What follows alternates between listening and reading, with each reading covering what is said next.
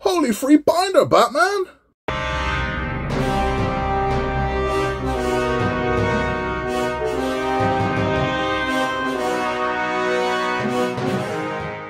Hello there and welcome back to Build with the Boys. As I said at the opening, holy free binder, Batman. So in this month's pack, we got a free binder. Now, like any good pushers, only the first one's free. Every subsequent binder is going to cost you $10.99, which is excessive for a binder. That's what it's going to cost. I believe 3 in total. So it's not terrible. We only get 2 issues this month. So we've got 5 and 6, but that, I'm happy to say, is the last of the slim pickings when it comes to monthly deliveries, because next month we will be getting 4. So we'll be getting 7, 8, 9 and 10 next month, and then bizarrely that's the only time that's going to happen. After that we then move to the 6 a month. So this is the last of the kind of lean months. There's not a load to do in this one, but there's enough, and it's a hefty chunk that we're getting. So in this one we're going to be doing the front bulkhead of the vehicle. There's not loads to do, but it's as I said, it's a decent heavy chunk. At the end of this one, we'll be continuing what we started with issue 4, where we discussed the 66 Batmobile, the Lincoln Futura, which originally started out as a romantic comedy vehicle. But we discussed that last time. We talked about how it became the Batmobile, and what happened to it. But without further ado, let's crack this one open. Let's get this one built, because I've been waiting too long for this. Okay, so here we are with our parts. Now, you see this very nice Dark Knight Trilogy printing on the box. You want to do me a favour, Hachette? This is completely unnecessary, because I'm going to throw this box away. Never going to see it again. So whatever you're paying to put these lovely prints on the box, don't, and save us some money on the models. But that's just me ranting. So let's have a look what we've got. So we've got some bits and pieces there. We have some screws. We have, that is bloody big. Some more screws there. We have this enormous piece of metal. This is heavy, which tells me that this vehicle is going to weigh an absolute ton based on the weight of everything we've had so far and the weight of this. This is heavy, very heavy. So not loads to do. We're going to be attaching these pieces to it, and that's about it. So without further ado, let's get into it.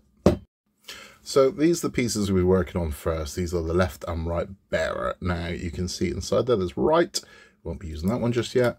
And inside this one we have left. Now, if you're looking at this thing head on, this is the left. Even though it's my right, this is the left, because this is how we'd be looking out from the driver's side. So it's left-hand drive. This is the left here. So it's just a flip. So this is your left. This is your right. So now you know. So it avoids making any awkward mistakes. Now, quite simply, we're going to pop this one in, and we are going to screw it in place with the CP screws. So this one's going to go. So pop it in there like so. That's how it's going to go. And we're going to hold this in place, flip this over, and there's some CP screws. Now again, CP. So the P in CP stands for plastic. And we also have CM screws in this issue. The M stands for metal. Because it's going into plastic, we don't need to use oil. Don't need to use oil for plastic parts, because it won't help you, it'll hinder you, if anything. So avoid using metal screws on plastic, using oil on plastic parts. Does not help, it hurts. So that's one in. Let's get a second one in. Yeah, I'll tell you, black on black with black screws does nothing for this old man's eyes. Yes, that's that one. Just tighten that one up. That's that one. So that's how we're looking on that one there. Nice and firm, nice and secure. Now we do the exact same thing with the other one. So we're going to do the exact same thing with the right hand side. Let's get this one ready. Let's get a CP screw loaded up. As I said, there's not loads to do in this one, but that is the nature of the beast. So if you are new to these models, you're thinking, bloody hell, I thought we'd have, you know, some chassis or something, but it's just the way it is, man. It's just the way it is. It's about biding your time. Trust me, massive pieces are going to come, and this thing is going to look absolutely beautiful. But we're taking part in a marathon, not a sprint. So be patient. Fun parts are coming. Frustrating parts are coming. weird electrics are coming. But in the immediate, it's just about your patience. So we're probably, I mean, I know we're moving on to the suspension next. And then typically, how these things normally go is we move on to the engine. So don't be expecting to have massive lumps of car anytime soon. But that will come. It will come. Just be patient. So that's those two in there. So there we go with those. That's done. The next thing I'm going to do is move on to these parts here and here. So we're going to install the shock absorbers. And again, you should have, you can see the L on that one. And the R on that one, so we know where they're going to go. So left's going to go this side, right's going to go this side. Now, they are asking you to insert a screw, to cut the thread, take it out, put it in, then reinsert the screw. I don't think we need to, because I think if you follow the 3-in-1 oil method, I don't think that's going to be necessary. So I am going to try this. I'll be the Yuri Gagarin of this for us. I'll be the first man in space to try this. If it works, brilliant. If it doesn't, we'll just cut the thread, won't we? But I don't think we need to do that. I think the 3-in-1 will have the desired effect. So I've touched my the tip of my screw just into the 3-in-1 oil there. I have to slather this thing in oil. And what we're going to do is we're going to try and get this to work. Let's make sure this goes in the right place. Just look where you're going. Yep. So that's going in. You've got these two holes here. It's going in the higher of the two. There we go. So that's how we're looking. Is that how that goes? That looks a bit mental. Let me have a quick check of the instructions. That's definitely where it goes. I think this is going to be fun. I think this is going to be shenanigans. Yeah. Holding that in place. Not the easiest bloody thing to do. Right, let's try this.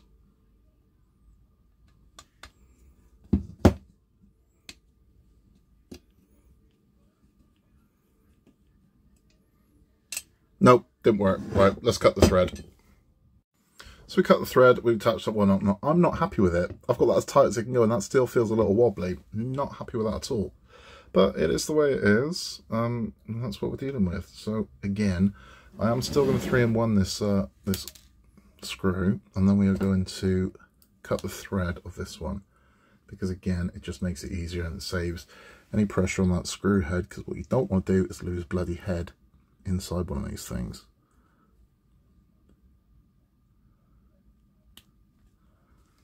So there we go.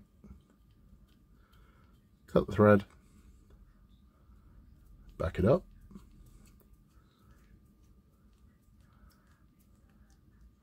There we go. 3-in-1 just makes life so much easier. So that's that one there.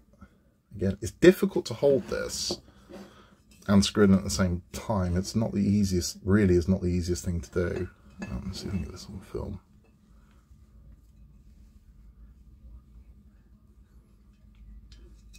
It's not a comfortable fit. It's not like it fits, it holds, it's weird. You're going to put pressure on it to hold it in place. Let's see if we can do this.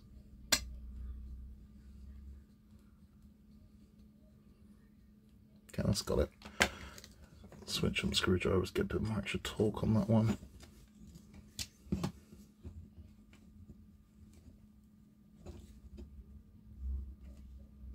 There we go. So that, believe it or not, is it. That's everything for part 5. But that's what we've got. I would imagine this is where the cockpit's going to go. I don't know if it's going to fit flush to that. I don't think it will. But the cockpit's going to go round about here somewhere. I just don't know where. It's hard to tell. It's a very unique looking piece. I mean, you can see all these holes that we are inevitably going to be screwing things into. I would imagine the steering's going to come through here. There's a lot going on the back of this as well. So there's going to be a lot to fit to this and attach to this and drape through this. And it's going to be interesting. Going to be interesting. I would imagine wires are going to feed through here at some point. Don't know. But that is all there is to do in part 5. Let's have a chat. So that's that one done. I mean, it is a very big piece. You can see the size of this thing, but there is not much to do. I mean, once you screwed those 4 parts in, that's it. You're done for the for this issue. But it is the nature of the beast. I mean, this is the way it is. If you're new to part works, this is your first one on Tumbler, and you're thinking, is that it? It's not always like this, I promise you. But sometimes it will be. It's annoying when we're only getting 2 parts at a time. That's all you get to do. And I mean, I already know coming up in part 6, there's not a lot to do. But it's okay, man. It's okay. We're gonna get to the promised land. We're gonna save Gotham together. If you just stick around for the build instructions, thank you for stopping by. Please remember to both like and subscribe. It helps the channel massively. If you got something you'd like to say, pop it in the comments down below. You can contact us at buildingtheboys@outlook.com. For those of you sticking around for our Bat Talk, we're talking about the 1966 Batmobile, the Futura, the classic Batmobile, which is this one here. So that's the 66 Batmobile that was driven by Adam West, or to use his proper name, Adam West, drove the 66 Batmobile. And it's a beaut, man. Come on, that's every Batmobile that you get today, including the Tumbler that we're looking at right now, owes a lot to that Batmobile, because Batmobiles did not look like that. Even in the comics, the Batmobile didn't look like that. That was done for the TV show. And the one thing that has lent to every Batmobile that came after it is the flames. The flames that kick off out the back, the rocket out the back of it, started with that one. That's where that came from. And you can't find a Batmobile that doesn't feature that. They all do. Even the latest one in the Batman has flames kicking out of it. That's now associated with Batman, and it comes from that one there. Now, we discussed in last month that was the 1966 Lincoln Futura. It was a concept car. It cost a bloody fortune to make. But then just sat and did nothing. It was sat in a warehouse in Hollywood for years. Didn't move, didn't run, didn't do anything. And it wasn't built to last. It was a concept car. It was built to amaze, and that was about it. It wasn't built to last. It wasn't built to be highly functional. So when they decided they were going to make the Batman TV series and they needed a Batmobile, they approached the guy that owned the Futura and told him, you got 3 weeks to turn that into, we need a Batmobile, and you got 3 weeks to come up with the Batmobile. So knowing full well that wasn't enough time, the idea was we would just turn the Futura into the Batmobile.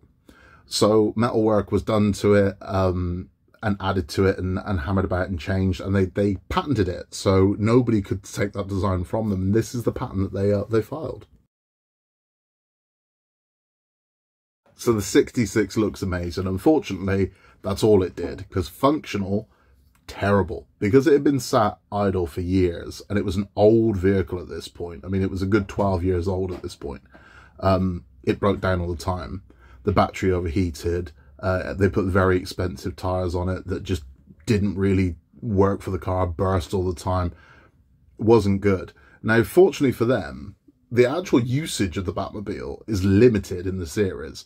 You see the Batmobile pull up outside the police station, or you'll see it pull up outside somewhere. You very rarely would you see the Batmobile doing a full, a full run anywhere. It wasn't that kind of show. It was a studio show, so there wasn't that much shot outdoors.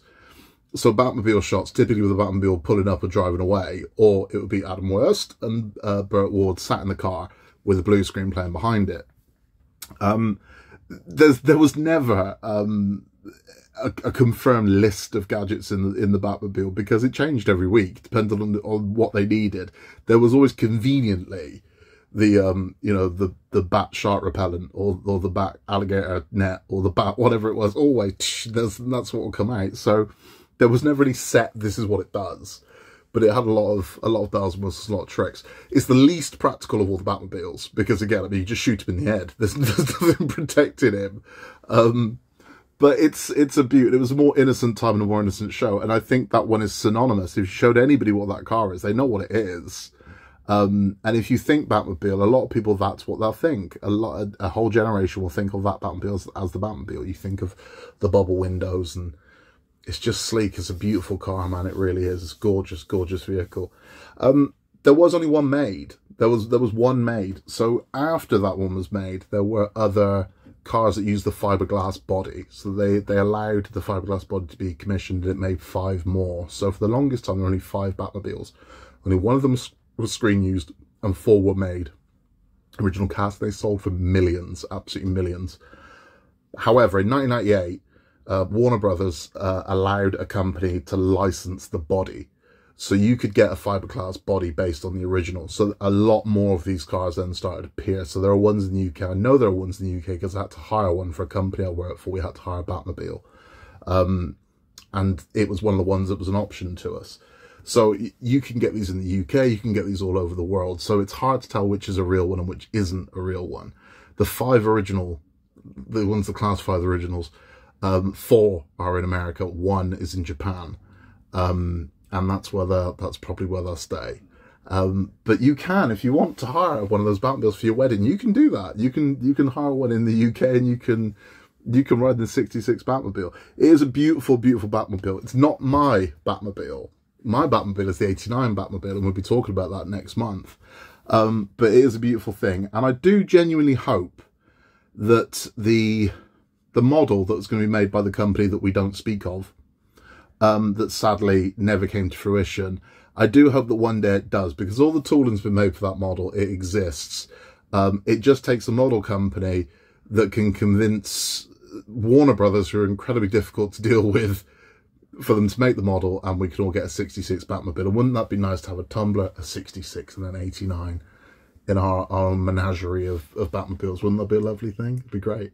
That's all for this one. We will be back very, very soon, same bat time, same bat channel, with part 6 to finish out the month of the Batmobile Tumbler. And we will also be visiting Arkham again, and we're talking about one of the most sadistic villains in Batman's history. So tune in for that one. It's going to be fun. In a world where you can be anything at all, just be nice. Please remember to like and subscribe. If you'd like to message us, you can at billwiththeboys@outlook.com. I will catch you on the next one. Remember, Gotham needs us.